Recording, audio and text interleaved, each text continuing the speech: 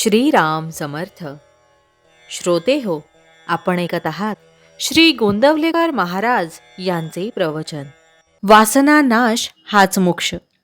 पुष्कळदा भक्ती म्हणजे काय किंवा परमार्थ कशाला म्हणतात हेच आपल्याला कळत नाही.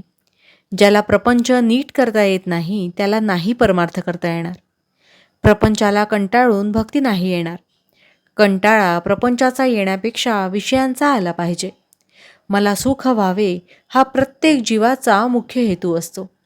मोक्ष म्हणजे निरतिशय सुखाचा अनुभव, जिवंतपणी मिळालेली आत्यंतिक सुखाची स्थिती, अशी मोक्षाची व्याख्या करता येईल. खरोखर भगवंताजवळ काय कमी आहे? एक आपले मन त्याला द्यावे आणि त्याची श्रद्धायुक्त भक्ती करावी. काळजी करणे म्हणजे भगवंतावर भरोसा नसणे होय. प्रारब्धावर देह टाकणे ही खरी संन्यास वृत्ती होय. वासना न ठेवता आपल्या हातून कर्मच होत नाही, त्याला काय करावे?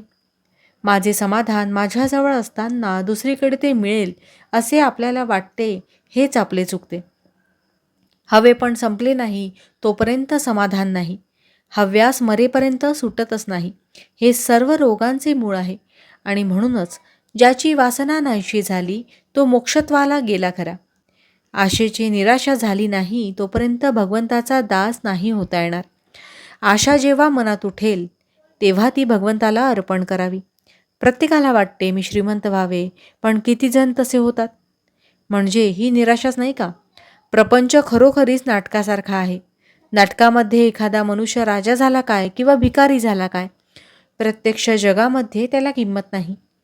उलट भिकाऱ्याचे काम करणाऱ्याने जर ते उत्तम केले तर लोक त्याचे कौतुक करतात. तसे प्रपंचामध्ये कोणी श्रीमंत असला काय आणि कोणी गरीब असला काय याला महत्त्व नसून त्याने भगवंताचे अनुसंधान किती ठेवले याला खरे महत्त्व आहे. आपण पैसा साठवला तर गैर नाही, पण त्याचा आधार न वाटावा. अनुसंधानाच्या आड त्याला येऊ देऊ नये. विषयावर जोपर्यंत तुमचे सुख अवलंबून आहे तोपर्यंत भक्तीचे खरे सुख मिळत नाही. एक भगवंतच मनापासून हवा असे वाटले म्हणजे तो प्राप्त होतो. मी करतो असे कधीच म्हणू नये. मी आपल्या तपश्चर्येने भगवंताला पाहीन असे जो म्हणतो त्याला भगवंताचे दर्शन होणे कठीणच असते. विषय मिळाला नाही म्हणजे तळमळ लागते. त्याप्रमाणे भगवंत भेटला नाही तर तळमळ लागावी. आजच्या आपल्या स्थितीत आपल्याला काय करता येणे शक्य आहे हे प्रथम पाहावे. परमार्थ समजून जो त्याचे आचरण करील त्याला तो लवकर साधेल. त्या माणसाला प्रपंच सोडून जाण्याचे कारण उरणार नाही.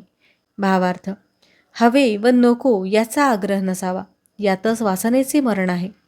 जानकी जीवन स्मरण जय जय राम. महारुद्र हनुमान की जय. समर्थ रामदास स्वामी महाराज की जय. सब संतन की जय. श्री अनंत कोटि ब्रह्मांड नायक राजाधिराज सच्चिदानंद सद्गुरु श्री ब्रह्म चैतन्य महाराज की जय. जय जय रघुवीर समर्थ. आता आपण 13 वेळा नामस्मरण करूया. श्रीराम जय राम जय जय राम. श्रीराम जय राम जय जय राम. श्रीराम जय राम जय जय राम. श्रीराम जय राम जय जय राम. श्रीराम जय राम जय जय राम. श्रीराम जय राम जय जय राम. श्रीराम जय राम जय जय राम. श्रीराम जय राम जय जय राम. श्रीराम जय राम जय जय राम. श्रीराम जय राम जय जय राम. श्रीराम जय राम जय जय राम. श्रीराम जय राम जय जय राम. श्रीराम जय राम जय जय राम. जय श्रीराम.